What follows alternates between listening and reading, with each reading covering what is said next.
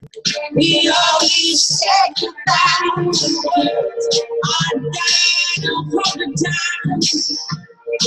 You go back to where I go back. I go back to earth. Woo! I love it. Back to the black, baby. Look at your hat. Look at your eyes on your hat. Oh, yeah. Welcome, Karen, from By the Wolf Moon. It's so nice to have you here today to have a fun conversation about creativity, about allowing people to really open up into their own creativity and giving them permission to be creative in their own life and what that really means. So tell us about what your take is on creativity. So for me, creativity is so much more than about creating an end product. Yeah. So, and for me, creativity is something that I use in every aspect of my life. So it's not just a hobby.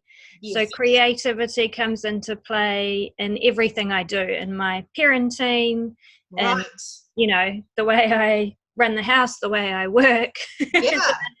the way I handle my house. Yes. Lots of different aspects to it. And because so many people think that creativity is just painting a picture.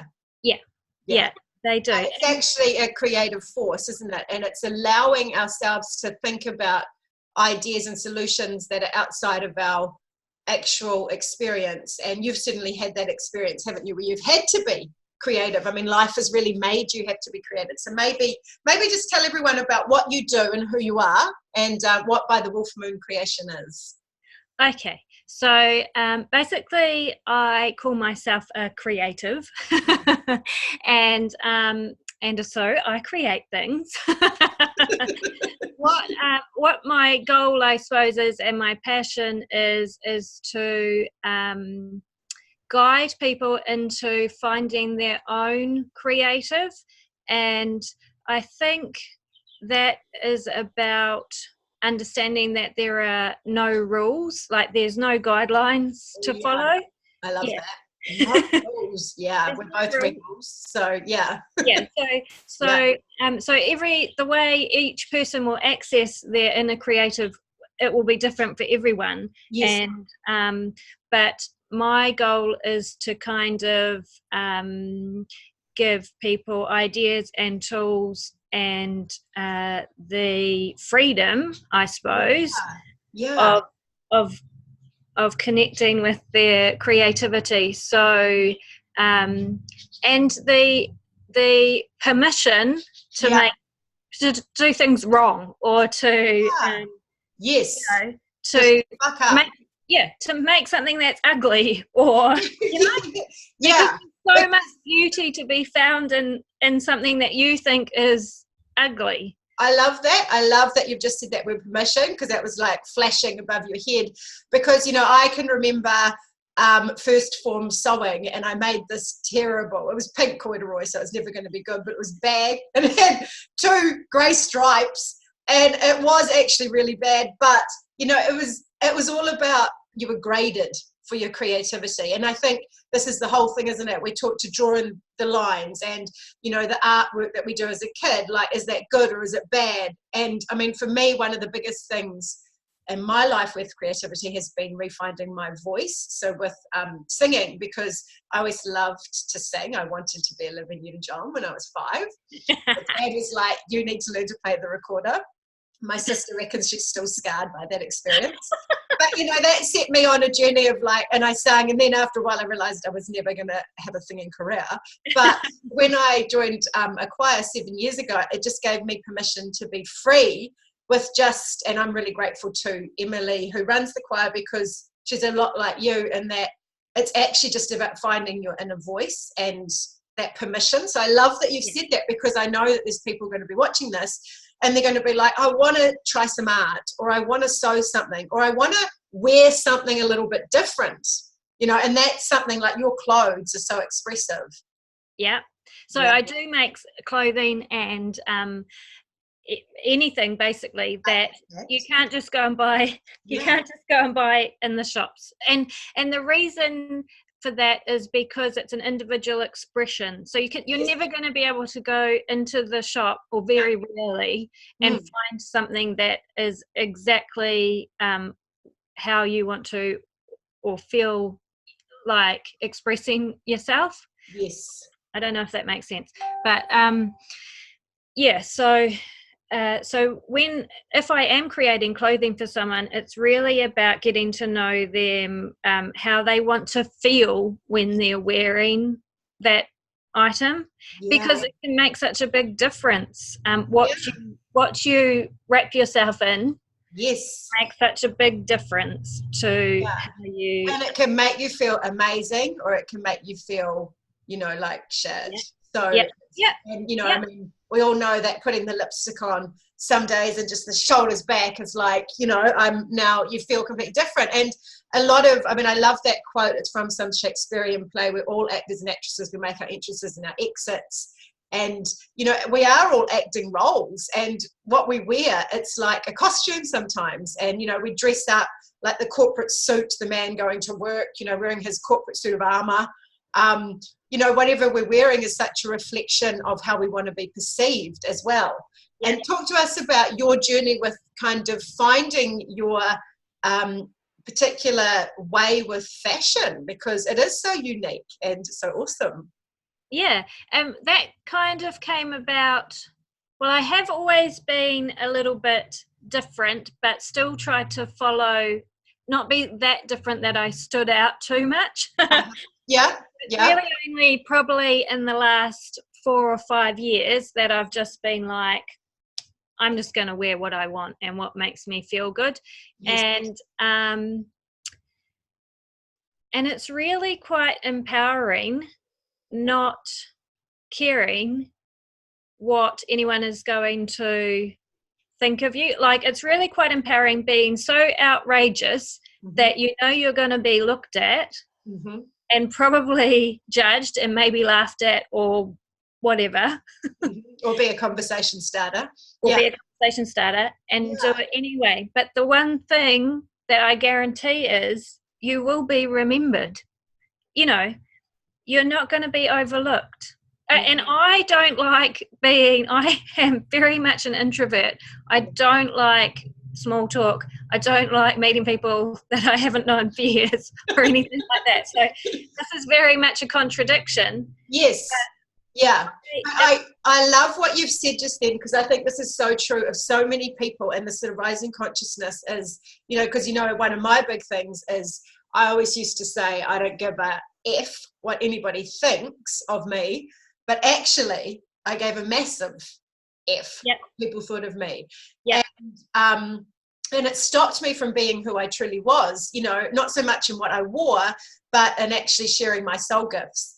And like you, I'm a confident introvert, so I need lots of time to myself. I can't handle small talk.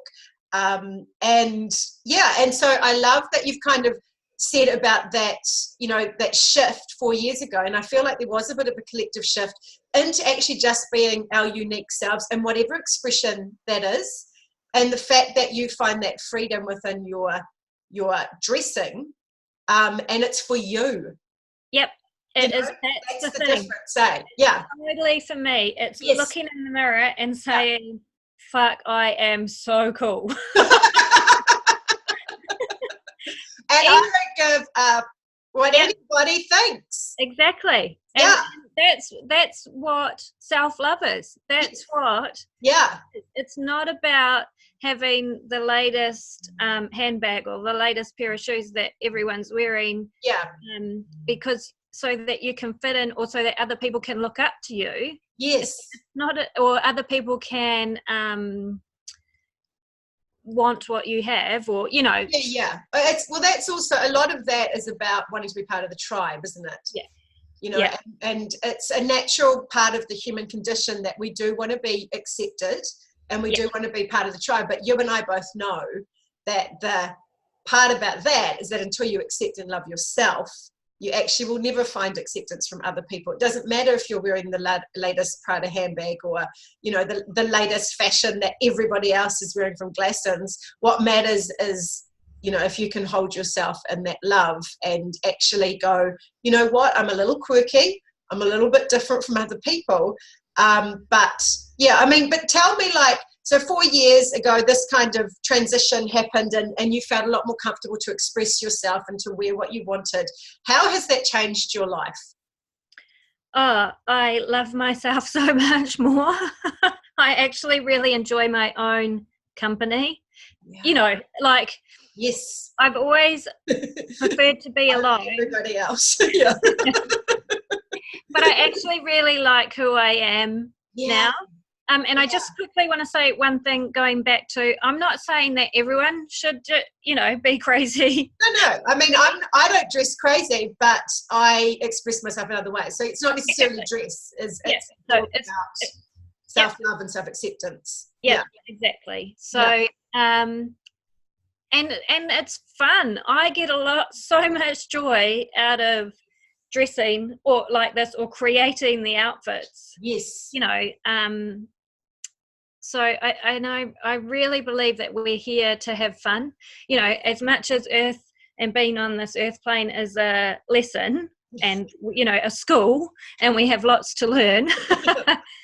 We're really meant to have fun with the process. We are really meant to enjoy it. So totally. I said that in a post to a friend today, actually. I said, you know, if it ain't fun, I ain't coming to play.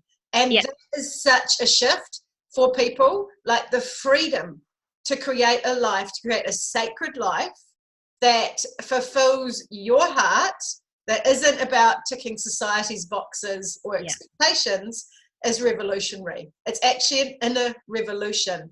And I think particularly, I mean, men as well, but, you know, my focus is on women. And particularly for women, I think that freedom to break out of old stereotypes and age stereotypes, all that sort of thing is it's so massive. Yeah, I completely agree. It is time, definitely, for us to embrace our individuality and the fun of life. You know, for years we've been told that life is hard. We're meant to work hard, and it's hard, and everyone has to just toughen up and get on with it. And you know, but no, it doesn't have to be that way. I'm not saying it's not hard. There are hard bits, but you can inject fun into, you know. So, and like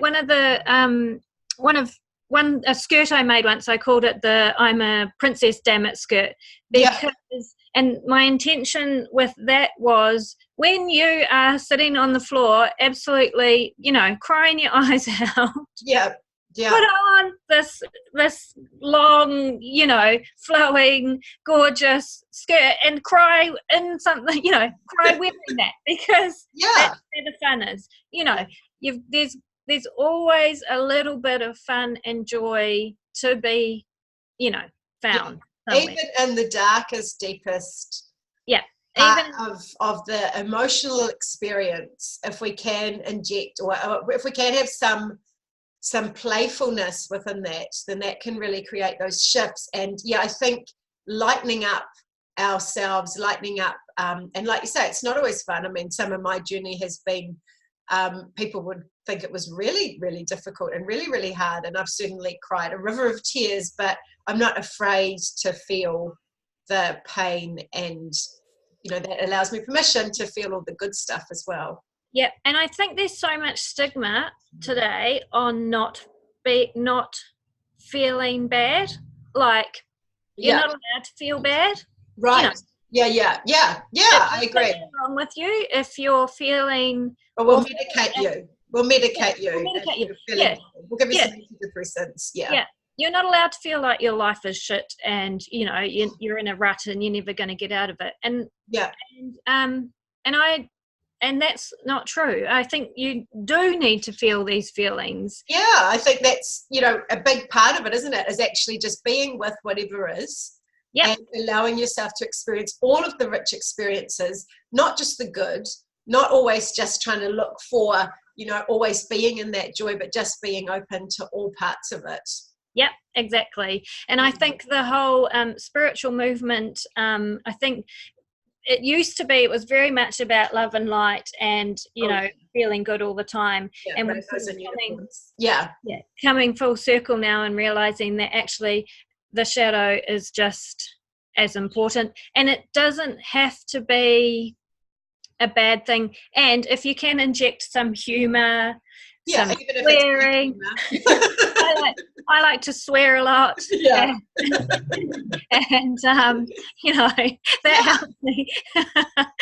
I'm the same. I mean, I don't think that we should whitewash anything, because there's so much there's so much when we just integrate it. And I love that we're talking about, you know, all of this, because all of this is such a part of the whole freedom to be yourself and to fall in love with your own energy, your own quirky ways. And like you know, the whole sensitive, empath, introvert type of personality, you know, I mean, my big thing when people say to me, oh, you know, when people used to say to me, oh, that's a bit weird, you know, what I'm doing or whatever, I used to say, well, normal got us here.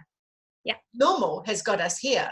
Yeah, following the rules. Yeah, following the rules has got us here. Doing what we're supposed to do. And doing what's supposed to be expected of us by society. But, you know, we have to question things. And I know, like, one of the big things for you, which I really love, is you're really into recycling, reusing, using what you have, repurposing, taking people's wedding dresses and changing it into something that you can actually use again and love again. And I love how you kind of look around the house and, you know, find something, change it and create it into an amazing, beautiful creation that was just like a boring white shirt suddenly becomes this amazing thing. Yeah, so tell us a bit more about that. So I really believe for a few years now, my mantra, one of the things I say to myself daily is use what you have. Yes. And that kind of came about because I have cupboards and cupboards full of craft stuff and no money anymore. So do not buy anything else. Use what you have. Use what you have.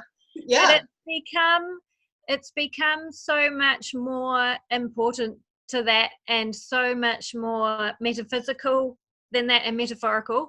So it is about looking around and seeing what is right in front of you, and how you can use that in a different way to satisfy what you need, you know, right now. So for me, related to sewing and stuff like that, it is like, oh, I need a new outfit to wear for some special event. I'll go to my wardrobe and find a shirt that I used to wear to work 10 years ago and have never worn since, but is still in perfectly good condition. Yes. You know, it's just not something that I want to, well, one, I don't ever want to wear a work uniform again, so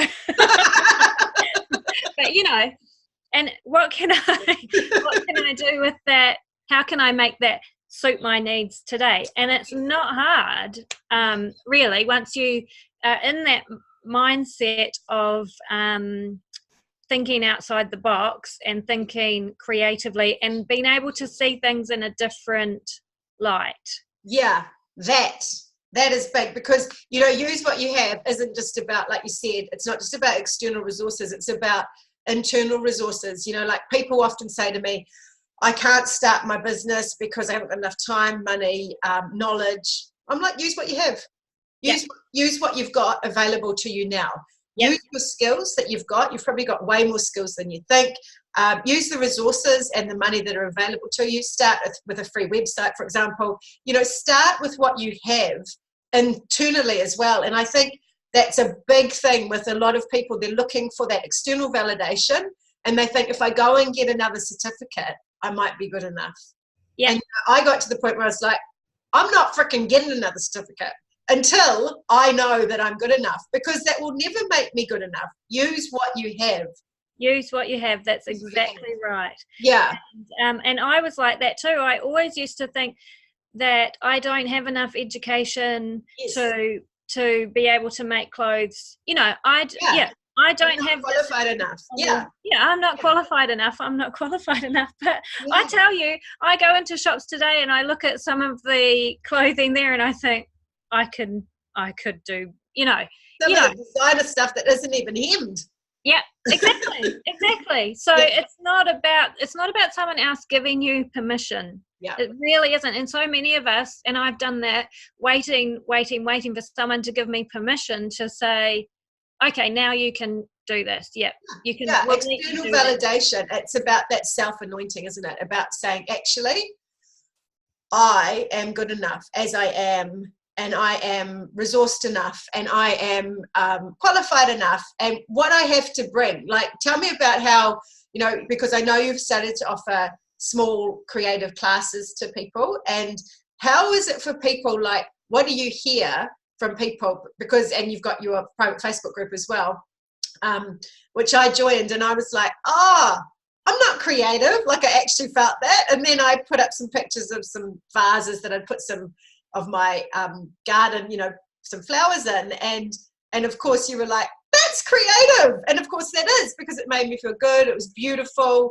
It was something that I did and I enjoyed. And just tell me about some of the blocks that you hear from other people. Like, I'm sure a lot of people say to you, oh, you're so creative. I could never be like that. Yeah. You know? Yeah. That is one thing I hear all the time, especially when I'm out in one of my outfits. Yes. I have complete strangers saying to me, I love your skirt so much. I wish I was talented like that, or I wish I could do stuff like that. You know, I wish I had those skills, but I just don't. And I always say, you do. It's because you look at something like this even and think, I don't even know where to start. Right. Yeah. And I don't know how to get the flowery thing looking like a flower, you know. Yeah. So it's no one's taught me to do that. I've never used a needle and thread. I've never, whatever. The point is that with creating, none of that matters. It is about being with yourself and letting your it's about letting your mind and your thoughts go. Really, for me, creating is about not thinking, how am I going to do this? It's about just sitting there with a needle and thread and sewing. So, and that's why I say creating for me is like a meditation. Like, I can sit there, like last night I was sitting there with this. Yes. And just if you can clear your mind, like in meditation, and just concentrate on the needle going in and out of the fabric, it is a meditation for me, and I just I very rarely start with a design plan, or knowing exactly what I'm going to do or what I'm going to do next, step after step. It's really just about giving yourself the freedom to make mistakes if mistakes happen, but you'll find that they really do. And if they do, you can turn that mistake into something really cool. That happens to me all the time. I accidentally cut a hole in something. Yeah. And next minute I've turned it into, something even more amazing than what I had in my head. So it's about going with the flow. Yeah. It's about just allowing yourself to, do you know what? It's about knowing that creativity isn't something that you are gifted. Like, that doesn't make sense. It's not like some people are really good runners and some people are not. It's something that's there for everyone, and it's really about, so it's kind of like learning to walk. Most people are born with the ability to walk. And I guess it's how brave you are to get up and stand on your feet and take those first steps. Determines how fast you're going to, how fast you're going to do it, and then whether you're going to take it on to be, marathon walker or whatever. It's just about allowing yourself the freedom. Everyone is a creative. Everyone, and it's, accountants are creative people. They're creative with numbers. It's not about being creative with a paintbrush or fabric spread, or it's not just about that. If numbers are your thing and numbers are what really inspire you, then you are creative Yes. with numbers. It's how you put them together, it's the results you get and the thrill and the excitement that you get from it. I love that. It's like relabeling what creation is, what creative is. And I'm just going to sort of read that back. So if people are thinking, I can't create, these are some of the things that Karen is saying, is that, give yourself freedom to make mistakes, have permission to be yourself, just start, go with the flow, allow yourself to make mistakes. Everyone is a creative. Everyone has the ability to create. We all create in different ways. We all have our own unique ways of creating and our own unique gifts, and just try it. Yeah. What's the worst thing that can happen? Yeah, and I think so a big thing for me about creativity and how it relates to me living my life is that when things happen that I think are bad or that are not ideal or a major disaster or whatever, creativity, where my creativity comes into play then, is being able to look at the situation from a different perspective, being able to find a solution that I never would have thought of before, being able to see a much bigger picture. Because with creativity, the options are endless. You could give 5 people the exact same piece of paper and coloured pen, and you'll get 5 completely different pictures. Same, you give 100 people the same piece of paper and pen, and you'll get 100 different pictures. So there's creativity, your options are limitless. And that's what, and that sort of plays into everything that I believe, that anything is possible. Anything is possible in your life, no matter where you are and what you're starting with. You can make a masterpiece out of a piece of paper and a pencil. You can make a masterpiece out of a piece of paper and a pencil, just as you can make a masterpiece out of a massive canvas and 100 different coloured oil paints. Yeah. And what is it that you love the most about creating, being creative? What is it that, can you think of an experience recently where you've created a piece of clothing or something for someone, or something for yourself, and it's just given you that real buzz and that real passion? Everything I create is like that now, and it didn't used to be like that. And the reason the reason that it is like that now is because I have given myself the freedom to be creative. So so when you're creating for other people, have you also given yourself permission to step out of their expectations? Yeah, I'm getting better at that. That's been really hard. That's quite hard if you're creating something specifically for somebody, I would imagine. And so that's why my shift is kind of changing now to more to teaching people to be creative for themselves. Right, rather than designing for people as much. Yeah, rather than designing, although I still am happy to do that. And certainly there are skills that you need, and, to create clothing and stuff like that. But, and when I do allow myself to have the freedom to create on behalf of someone, it's so much more fun, and the result is so much more, I mean, that's like anything, isn't it? If we're thinking about, like, if I'm doing an intuitive session with someone, if I'm thinking about their reaction, then I can't be in that alignment. But if I'm just allowing their creativity or the inspiration to flow through me, it's totally different. But if I'm doing it from a place of, I hope they're okay with what I'm about to say. Exactly. That's kind of universal, isn't it? Like, that's a real theme around, is your life being dictated by what people actually expect, or are you allowing it to be a beautiful gift that comes through you? Because that can be for anyone in their life. And I know so many people listening to this, in businesses and life, just to hear that, and just to hear, like, you can have the permission and the freedom to actually, well, it's not even permission and freedom, but actually when you're aligned, it's actually a much more beautiful creation if it's not about placing it and how we think it's going to be received, because that totally mucks up the energy. Hey. Yep, you got to let go of the expectations. Yes. And even That's when what I was trying to say. Yeah. even when you're creating, even when I'm creating for myself, I have to let go of the expectation of what the end result will be. Beautiful. Yeah, I love because that. it's the expectation Yes. that really lets you down when things don't go the way you thought they would go. Yes. So, and it's the expectation that really, really hampers your creativity. So it's the expectation of what it should look like at this stage. Yes. Yeah. That really puts a wall up in front of being able to see all the other possibilities. And some of them, let's roll that out for a second. Like, let's just go back to that again and say, let go of expectations of what it would be. I mean, that's like with anything, isn't it? It's like parenting.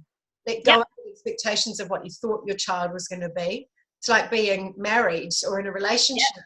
Let go of the expectations of how you thought that it had to be. Yeah. That let go of how you have to show up in your business, the expectations of yourself, and just allow it to be an unfolding and a sort of a journey rather than help me out. And it's exciting. It's like waiting for a surprise. Yes. It's like, it's like being handed a present and unwrapping it for the first time. If you don't know what the next step is going to, it's letting go of control, really, isn't it?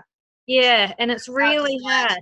Control. It is really hard. It's really hard, and I think creativity, well, me creating, that's probably one of the best things that I've learned from being a creative, is to let go of the expectation of what you think it should look like, and to let go of the expectation you think others have of what your work should look like. Yes. So there's a lot of releasing judgment and a lot of allowing and a lot of releasing ourselves from that sort of external voice and self-validating ourselves in all areas of our life. Because I knew that this was going to sort of wander into different territories, because I know that whilst your business is specifically with empowering women around, or empowering people around creativity and actually designing bespoke, beautiful outfits and things, I know that your big thing, and I love that about you, is that creativity is actually a way of life. Yeah. And this is your thing, your soul sessions that you write about on Sundays, your blogs that you do. I love reading them because it's all about looking at life from a different angle. And I really believe that we need voices like yours that are unique and that often haven't been heard, that have been quietened and that haven't been listened to really look at creative solutions for what's going on for our planet and what's going on globally. We need to allow voices that are looking at things in different ways, and we need to look at everything in different ways. And allowing the creative brain to work with the logical side of the brain, the rational side of the brain, is such a beautiful thing. And that feminine creativity has been squashed down. And I believe that that's the rising and the merging of the two to really create, beautiful things in the world. And it all starts within. It all starts with little changes, doesn't it? Like what you said at the beginning, how we are as a parent, or how we are at home, or how you cook, or your budget, or whatever. Sometimes it's like, holy shit, how's this going to work? But allowing that energy that we live in, this sort of multidimensional energy, allowing ourselves to be part of it and going, well, what can we do? Yeah. And you appreciate, when you can look at things from a creative perspective, you start to appreciate the world so much more, even the ugly. So, there is so much beauty and creativeness to be found in the ugly or unseemly parts of society. And I really think that is I really think you're right about different people starting to need to be heard to help some of the things happening today on this earth plane. Absolutely. And I think that we've touched on so many amazing things today. And thank you so much, Karen, for the work that you are doing and for how you're showing up in your beautiful, delicious, unique, and wonderful way, and how you are empowering people to actually come into their own creativity. Because, you know, you're like the art teacher that I wish that I'd had, or the sewing teacher that I wish that I'd had, who'd just gone, it's okay, have fun with it. You know, imagine that if we're hearing those voices as youngsters, rather than, oh no, that's not right, you went outside the line, and exactly, your pink and grey corduroy bag is not correct. exactly, and that's what I want. That's really what I want to teach or guide people to have, is freedom of creative expression. Just that there's no right or wrong, no rules. You just create from what is in here, and something amazing will happen. It really will. Yeah.